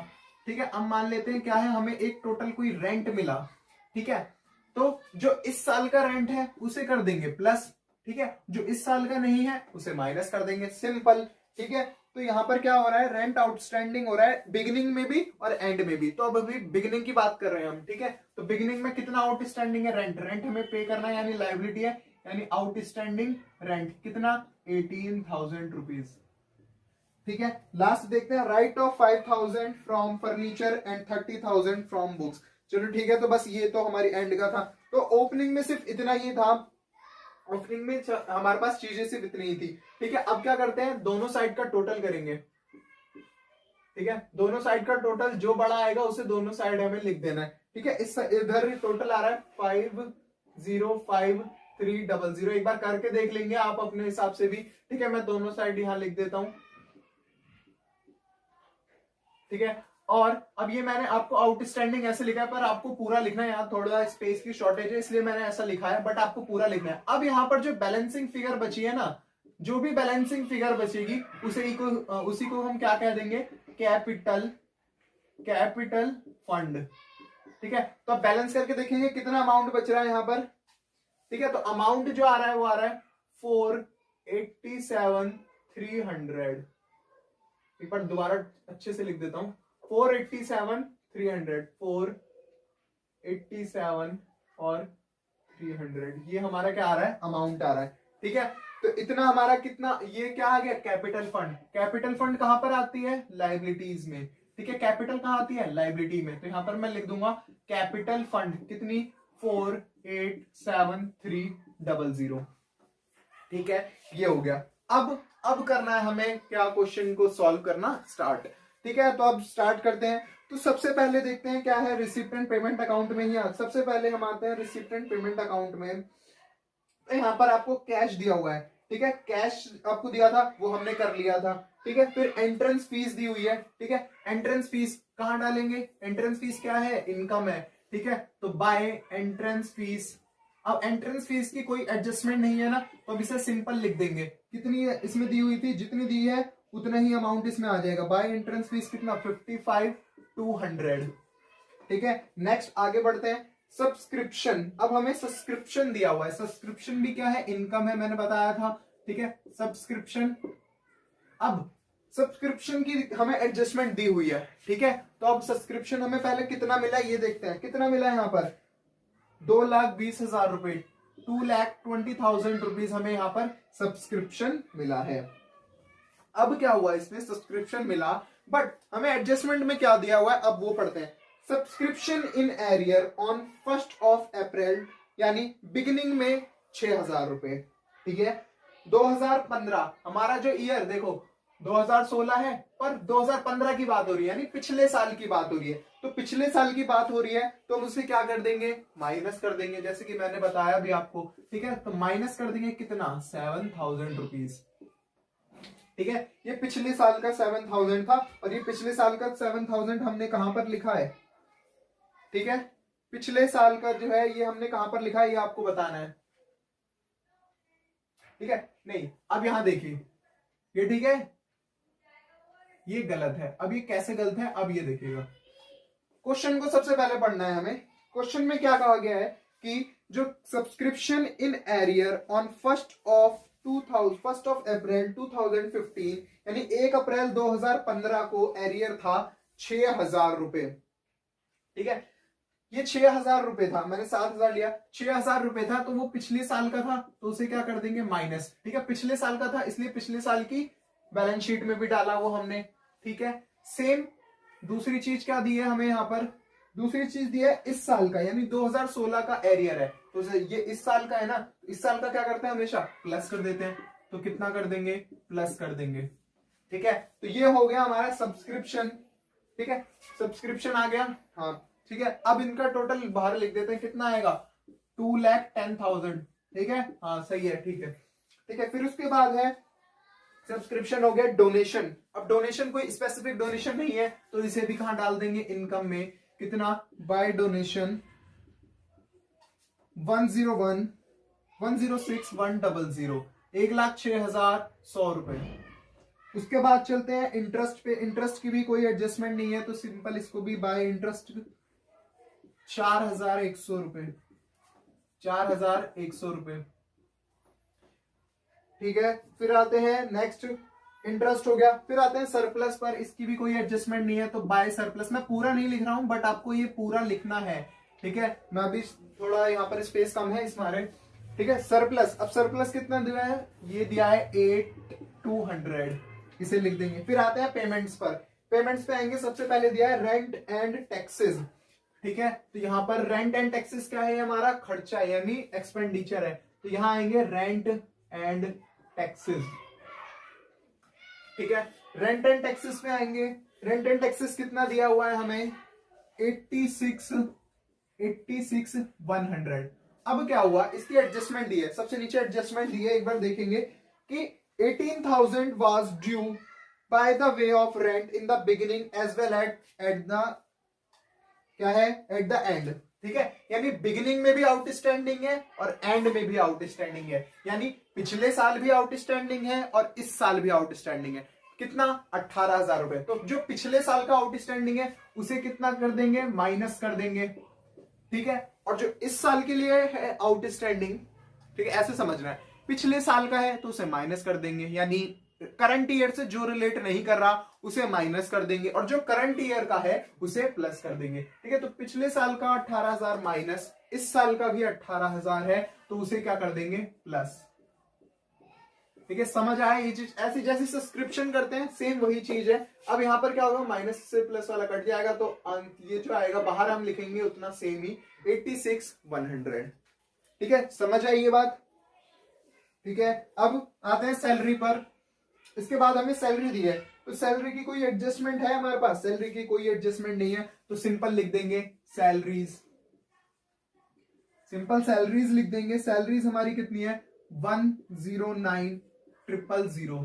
ठीक है, सैलरी के बाद हमें दिया हुआ है इलेक्ट्रिसिटी चार्ज, इलेक्ट्रिसिटी चार्जेस कितने हैं, 6,200 रुपए, 6,200 रुपए। उसके बाद दिया है जर्नल एक्सपेंसेस 12,500 रुपए, 12,500 रुपीज। फिर उसके बाद हमें दिया है ऑफिस एक्सपेंसेस। ठीक है, आपको साथ साथ नोट भी करना है। ऑफिस एक्सपेंसेस हमें दिए हुए हैं कितने, 45,000। ठीक है, 45,000 दिया हुआ है। अब हमें यहां पर दिया हुआ है बाय बुक्स। अब देखिए यहां पर क्या दिया हुआ है, बाय बुक्स। अब बुक्स में हमें बोला क्या है कि सबसे नीचे एडजस्टमेंट में देखना है कि बुक्स में हमें क्या करना है, राइट ऑफ बुक्स 5,000। ठीक है, राइट ऑफ यानी डेप्रिसिएशन लगाना है, 5,000 रुपए बुक्स फर्नीचर से, और 30,000 यानी 30,000 रुपए कहां से, बुक्स से। ठीक है, तो सबसे पहले आते हैं यहां पर बुक्स पर आते हैं। चलो सबसे पहले बुक्स हमारे पास कितनी थी, एंड में सबसे पहले देखेंगे हमें दिया हुआ है 31,200। सही है ये, नहीं हमारे पास क्या थी बिगिनिंग में, बिगिनिंग में कितनी थी हमारे पास, ये रही ना 3 लाख। ठीक है, फिर क्या किया हमने, बुक्स दोबारा खरीदी थी, रिसिप्ट एंड पेमेंट में कितनी, 31,200 रुपए। 31,200 रुपए। ठीक है, अब क्या कर रहे हैं हम, इसमें से हम कितना 30,000 रुपए राइट ऑफ कर रहे हैं, यानी डेप्रिसिएशन लगा रहे हैं 30,000 रुपए। ठीक है, ये 30,000 रुपए हमने डेप्रिसिएशन लगाया क्योंकि ये हमें दिया हुआ था। ठीक है, अब ये जो 30,000 रुपए है ये क्या है, खर्चा है। ठीक है, डेप्रिसिएशन ऑन बुक्स, यहां पर लिख देंगे एक्सपेंडिचर में कितना, 30,000 रुपए। सही है। ठीक है, अब यहां पर यह आ जाएगा 301200, ऐसे लिखना है। ठीक है, ऐसे जैसे ये बुक्स की बात हो गई, सेम ऐसे ही फर्नीचर की बात करते हैं। फर्नीचर स्टार्टिंग में कितने थे हमारे पास, बिगिनिंग में 58,000 के। ठीक है, और कुछ दिया है यहाँ पर फर्नीचर के बारे में, नहीं दिया, तो 58 में से ही हम क्या कर देंगे, डेप्रिसिएशन लेस कर देंगे। कितना लेस करेंगे, जितना दिया हुआ है। कितना दिया हुआ है, 5,000 रुपीज। ठीक है, तो ये कितना आ जाएगा, 53,000। ये 3 है, 53,000। फिर आगे बढ़ते हैं। अब यहां पर कुछ रह रहा है, नहीं। ठीक है, हाँ, अब एक ये चीज भी है, ये आपको भी ध्यान रखना है कि ये कब का था, एंड का था। आउटस्टैंडिंग एट द एंड, यानी इस साल का आउटस्टैंडिंग, यानी ये इस साल का अभी हमें मिलना है, अभी हमें मिलना है। तो ये क्या है, हमारी एसेट है। इसे हम कहां लिखेंगे, एसेट में भी लिखेंगे, आउटस्टैंडिंग सब्सक्रिप्शन के नाम से। आउटस्टैंडिंग सब्सक्रिप्शन कितना है, 7,000 रुपीज है। 7,000 रुपीज भी हमें लिखना है। जैसे ही हमने आउटस्टैंडिंग 6,000 वाला लिखा, सेम वही चीज है, 7,000 लिखेंगे। मैंने रीजन आपको बताया क्यों लिखेंगे, क्योंकि ये क्या है, हमारा एसेट है, ये हमें मिलना है सब्सक्रिप्शन। ठीक है, तो मिलना है यानी ये क्या है, एसेट है, हमारे लिए मिला नहीं है। ठीक है, फिर उसके बाद आते हैं, नेक्स्ट हमें दिया हुआ है इन्वेस्टमेंट। इन्वेस्टमेंट दी हुई है, इन्वेस्टमेंट की कोई भी एंट्री नहीं है, तो सिंपल इन्वेस्टमेंट लिख के उसका अमाउंट डाल देंगे। कितना अमाउंट दिया हुआ है इन्वेस्टमेंट का, 1,40,000, 1,40,000। ठीक है, इन्वेस्टमेंट हो गई। इन्वेस्टमेंट के बाद दिया है बैलेंस, दिया है कैश का बैलेंस दिया है और बैंक का बैलेंस दिया है। सबसे पहले लिख देते हैं cash at bank. Cash at bank दिया हुआ है 61,900, और उसके बाद कैश इन हैंड है, कैश इन हैंड है 43,000। ठीक है, तो अब ये हमारा क्वेश्चन जो है पूरा हो चुका है। ठीक नहीं, अभी हमने क्या करा, देखिए ये 5,000 रुपए भी कहां आएंगे, डेप्रिसिएशन में आएंगे। डेप्रिसिएशन ऑन किस पे, फर्नीचर पे, कितना, 5,000 रुपए। ठीक है, तो अब ये हमारी जो एंट्री है अब वो पूरी हो चुकी है। ठीक है, अब क्या करेंगे, अब कुछ एक बार देख लीजिए अगर कुछ छूट रहा हो तो, वरना मेरे ख्याल से तो अब सारी चीजें हो चुकी है। अब क्या करना है, अब इसका टोटल करना है। ठीक है, अब यहां से इनकम एंड एक्सपेंडिचर से अकाउंट से हमें क्या निकालना है, सरप्लस या फिर डेफिशिएट। अब इसका दोनों साइड का टोटल करेंगे जल्दी से, जो भी टोटल बड़ा आएगा और उसे कहां लिख देंगे, दोनों साइड ही लिख देंगे। ठीक है, तो सबसे पहले इधर का टोटल करेंगे, कितना आ रहा है, टोटल आ रहा है 394,600। 394,600। अब देखेंगे जहां बैलेंस बचेगा वहीं हमें एक चीजें करनी है। ठीक है, अब देखेंगे कि अगर मैं इसका टोटल करूं तो यहां हमारे पास बैलेंस बच रहा है, तो यहां पे जो बैलेंसिंग फिगर है वो क्या है, हमारी सरप्लस, यानी इनकम जितनी थी उसमें से हमने क्या कर दिया, एक्सपेंडिचर माइनस कर दिए, यानी जितना हम कमाते हैं और इसमें से जितना हम खर्चा करते हैं वो हटा दें, तो जो हमारे पास बचा वो क्या है, हमारी सरप्लस है, यानी इतना रुपए हमारे पास अब भी है। ठीक है, तो वो हो गया सरप्लस। अगर इसे यहां बचता वो तो वो चला जाता किसमें, डेफिशिएट में। कितना बचा है, 1,08,000 रुपए। 1,08,000 रुपए हमारे पास बचे। ठीक है, ये सरप्लस कहां ऐड हो जाता है, कैपिटल फंड में। इसे ऐड कर देंगे सरप्लस को, कितना, 1,08,000 रुपए। और यही अगर ये डेफिशिएट होता तो डेफिशिएट को क्या कर देते, लेस कर देते। ठीक है, ये अब इसका टोटल कर देंगे 588,100। अब क्या है, आपका जो बैलेंस शीट है उसका टोटल क्या आना चाहिए, बराबर आना चाहिए। ठीक है, तो बराबर एक बार करके देखेंगे कि टोटल इनका सेम आ रहा है या नहीं आ रहा है।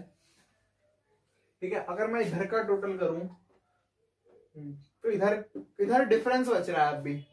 ठीक है, अब डिफरेंस क्या बच रहा है ये देखते हैं, क्या रह गया अभी हमारा, रेंट। ठीक है, अच्छा देखिए ये आपका रेंट था। ठीक है, ये कहां था, ये कहां का था, ये था हमारा पिछले साल का यानी प्रीवियस ईयर का। तो प्रीवियस ईयर की हमने बैलेंस शीट में लिखा था लाइबिलिटी साइड में 18,000, और ये किसका है, ये इस साल का 18,000 है, इस साल का, यानी इस साल हम बना रहे हैं एंड का, ठीक है। तो यहां पर भी आएगा ये आउटस्टैंडिंग रेंट के नाम से कितना, 18,000 रुपए, ठीक है। अब क्या है, दोनों साइड का टोटल आपका बराबर आना चाहिए, और बराबर आ भी रहा है 6,06,100 रुपए। एक बार आप करके देख लेंगे, 6,06,100 रुपए, और यही आपका जो है राइट आंसर होगा, ठीक है। यही आपका राइट आंसर है, क्योंकि अब आपकी बैलेंस शीट भी मैच कर चुकी है। ये हमने क्या किया, पूरा एक क्वेश्चन आज डिस्कस करने की कोशिश करी, जिसमें कि आपको वेरियस तरीके की एंट्री मिली, रेंट की एंट्री, सब्सक्रिप्शन की एंट्री, कैपिटल फंड कैसे निकालते हैं, डेप्रिसिएशन जो हमने लगाया वो कैसा होगा, ठीक है, यहाँ पर वही चीज आएगी, ठीक है। और आउटस्टैंडिंग रेंट की आपको एंट्रीज पता चली। तो